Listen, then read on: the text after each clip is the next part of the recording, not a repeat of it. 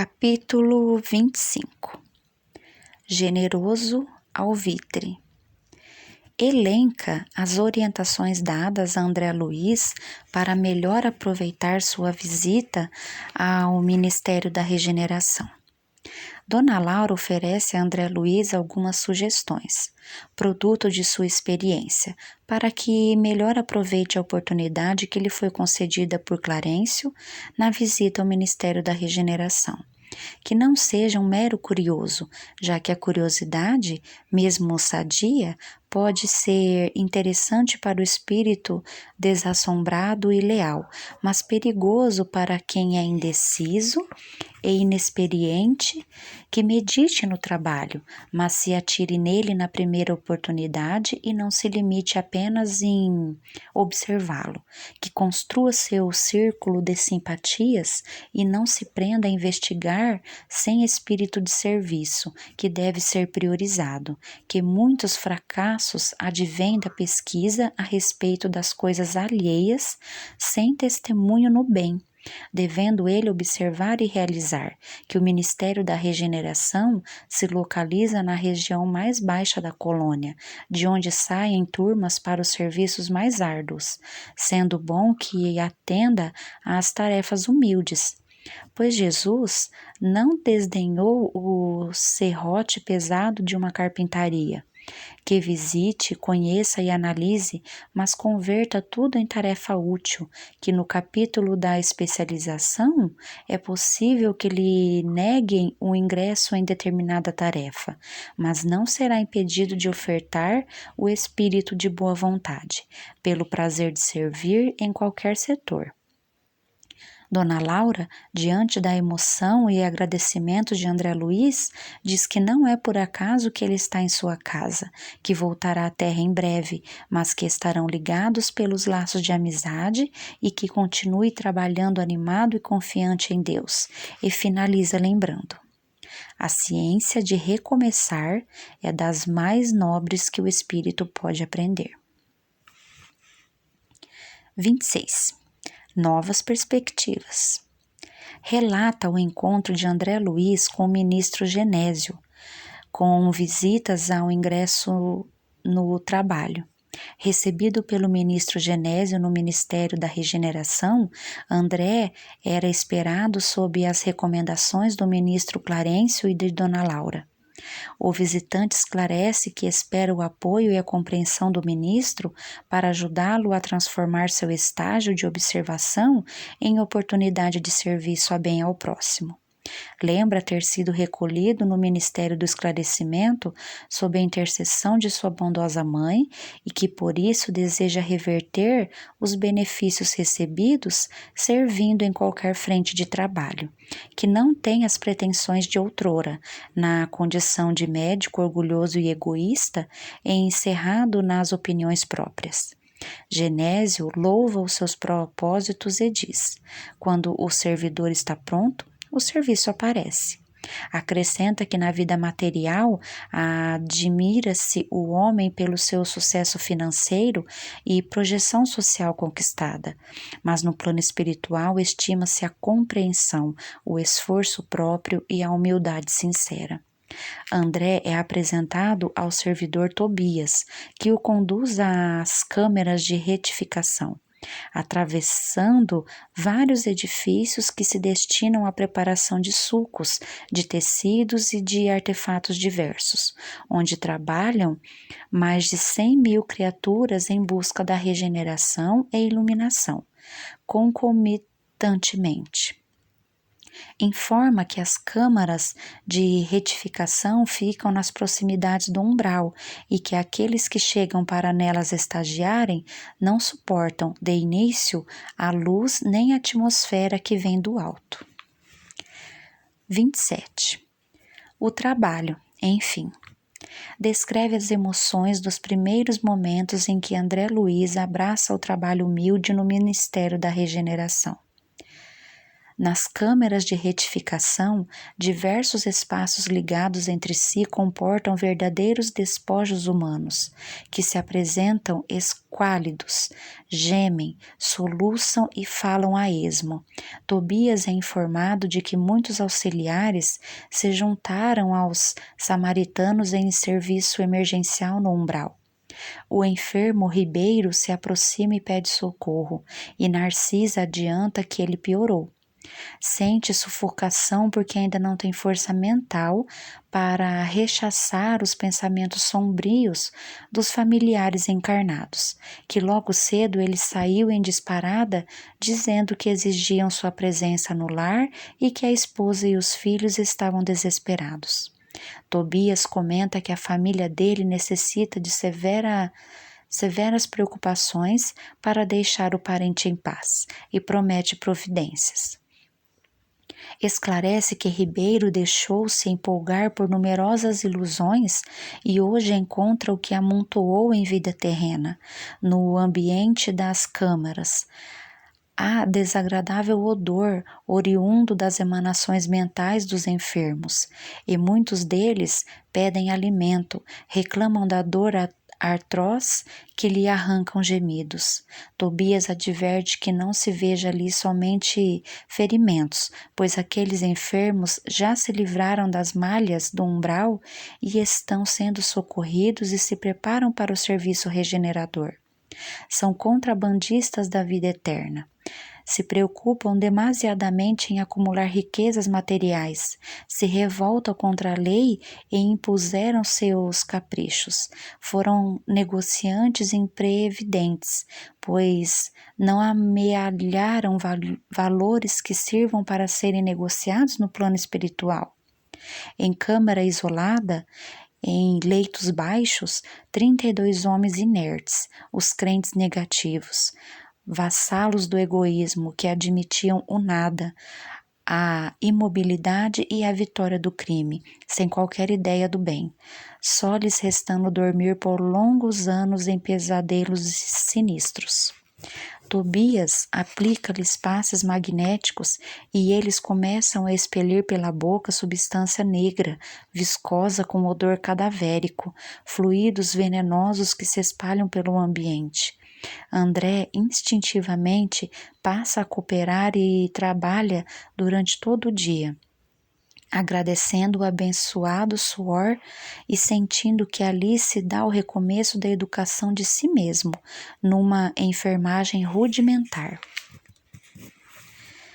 28. Em serviço.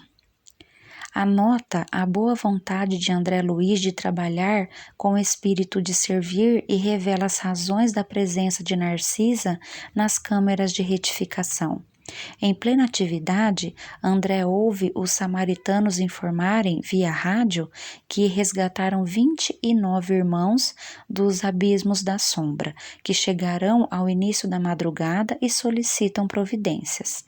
Tobias esclarece que os espíritos resgatados no umbral têm os corpos perispirituais ainda muito densos, necessitando serem transportados como um ser humano qualquer na crosta. Diante da falta de servidores para a jornada da noite, André se oferece para dobrar o seu turno e Tobias esclarece que o máximo de trabalho permitido é o de 12 horas, mas que aceita sua disposição porque se está vivendo um momento especial. Organiza a escala de serviços e toma outras providências para a recepção dos novos hóspedes das câmaras, considerando que chegarão em estágio de alienação mental. Diante das tarefas e da oportunidade de trabalhar com o espírito de servir, André se lembra de sua mãe, do ministro Clarencio e de todos que intercederam a seu favor, e se sente feliz em estar correspondendo às expectativas a seu respeito. Narcisa oferece sua maternal assistência a todos os enfermos que dela se aproximam ou que rogam o seu auxílio. Conta a André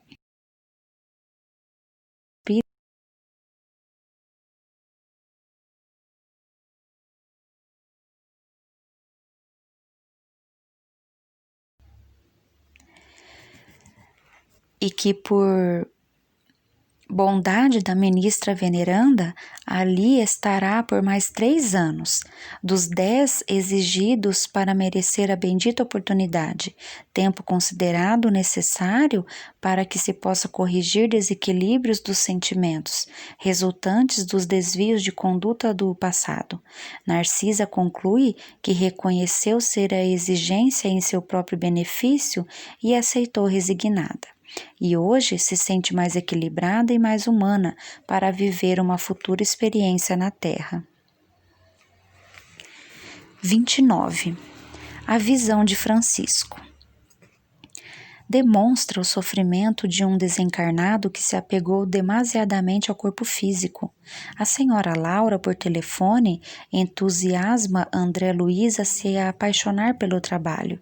Narcisa se esforça para acalmar Francisco, um enfermo que pede socorro para livrá-lo do monstro que o persegue e dos vermes que o devoram.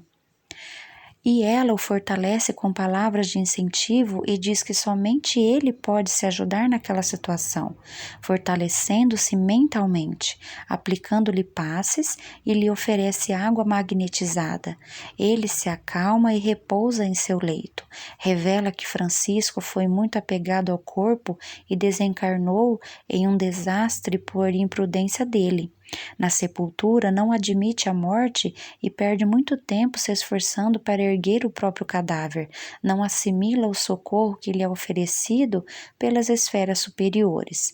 E não mais suportando o ataque dos vermes, afasta-se da sepultura e peregrina pelas regiões inferiores do umbral. Seus genitores, com créditos espirituais, intercedem a seu favor e os samaritanos o trazem ali, não podendo sair tão cedo. Aduz que o pai está em arriscada missão, distante de nosso lar, e que veio visitar Francisco, e quando veio visitar Francisco, verificou que ele não o reconheceu. Emocionado, transmitiu-lhe fluidos vitais, orou e chorou copiosamente. Depois desse dia, Francisco vem melhorando. Tem poucas crises e se apresenta mais lúcido. O monstro que o persegue é a visão mental do próprio corpo em estado cadavérico, tal como acontece com todos os que cultuam a veste carnal e lutam desesperadamente para conservá-la após a desencarnação. Conclui que o sono é profundo na maioria dos espíritos, mas que a crisálida coloca-se a matéria inerte, mas a borboleta alçará voo. 30. Herança e eutanásia. Adverte os pais que muito se preocupam em acumular riquezas materiais para a família, descuidando-se da formação moral dos filhos. A irmã Paulina adentra o pavilhão 5 das câmaras de retificação para visitar o pai enfermo, com fortes desequilíbrios. Senhor idoso, marcado pelo ódio, acusa o filho Edelberto de ter sido o causador da sua morte e roga-lhe pragas. Paulina lembra que a família é a experiência que Deus concede a todos para que aprendamos a perdoar, que paternidade e maternidade são oportunidades para se exercitar a fraternidade, que os lares na terra são cadinhos de purificação e a família é uma só sob a tutela de um pai único, e que Edelberto é apenas o filho leviano necessitando de esclarecimento. Paulina lamenta que a mãe tenha enlouquecido e que as irmãs, Amália e Cacilda, estejam litigando judicialmente contra os irmãos, Edelberto e Agenor, salientando que tudo se deve à fortuna que o pai acumulou e que em nada contribuiu para a felicidade dos familiares, por não ter entendido o que é o benefício real no capítulo da riqueza transitória, e que ele não soube ensinar aos filhos a conquistar a felicidade com trabalho honesto. Tece profundas considerações sobre a irresponsabilidade daqueles que não sabem ser mordomos fiéis dos bens que a vida lhes confia. Recorda que ele e a esposa se sacrificam para acumular riquezas e se esqueceram de educar os filhos em atividades úteis, estimulando-os a se tornarem perdulários, preguiçosos, egoístas e gozadores dos prazeres materiais. Paulina sente que o pai está irredutível e se despede angustiada. Narcisa esclarece que Edelberto, na condição de médico irresponsável, apressou o desenlace do pai por razões financeiras. Aplicou no genitor, quase moribundo, a chamada morte suave e conclui que, com raras exceções, a questão de herança gera sérias desavenças entre os familiares. 31. Vampiro. Movidos pelos gritos do pavilhão 11, André é impedido por Narcisa de se aproximar, sendo informado que ali estão os desequilibrados do sexo, cujo quadro doloroso é por demais forte para ele no momento. Justino, trabalhador humilde da vigilância, solicita a presença de Narcisa no grande portão para atender uma senhora que pede entrada na colônia. No portão, a bondosa servidora constata a existência de pontos negros no corpo perispiritual da mulher, que busca amparo e recorre ao irmão Paulo, diretor das sentinelas das câmaras de retificação, que examina atentamente a pedinte e confirma que ela não pode entrar, pois se trata de perigoso vampiro, devendo ser entregue à própria sorte. Diante da peremptória negativa, Narcisa se coloca à disposição para ajudá-la e o irmão Paulo diz que os 58 pontos negros representam o mesmo número de criaturas que ela matou a golpes rudes ou por asfixia, que foi profissional de ginecologia, sendo sua situação espiritual pior que a dos suicidas e homicidas, que por vezes têm fortes atenuantes para seus atos tresloucados. A colega de André insiste e argumenta que também já errou muito na vida e que poderia ajudá-la, e o diretor dos vigilantes põe à prova o desejo sincero do vampiro em receber socorro. Ele diz que é preciso aceitar o sofrimento retificador. O diretor lembra que ela impediu frágeis criaturas a reiniciarem suas novas experiências na terra em nome de Deus. E a mulher, até então humilde e lamuriosa, pisa firme e retruca que sua consciência está tranquila, que foi caridosa, crente, boa e pura, que não está ali em busca de remédio e de serviço, mas sendo para o paraíso que lhe fora prometido. Paulo ensina aos dois servidores que nas câmaras de retificação estão aqueles que já receberam a bênção do remorso, que reconhecem seus erros e que desejam se melhorar. Busca acalmá-los, assegurando que em algum momento aquela mulher será atendida pela bondade divina e que eles fiquem atentos, pois é imprescindível tomar cuidado com as boas e as más aparências.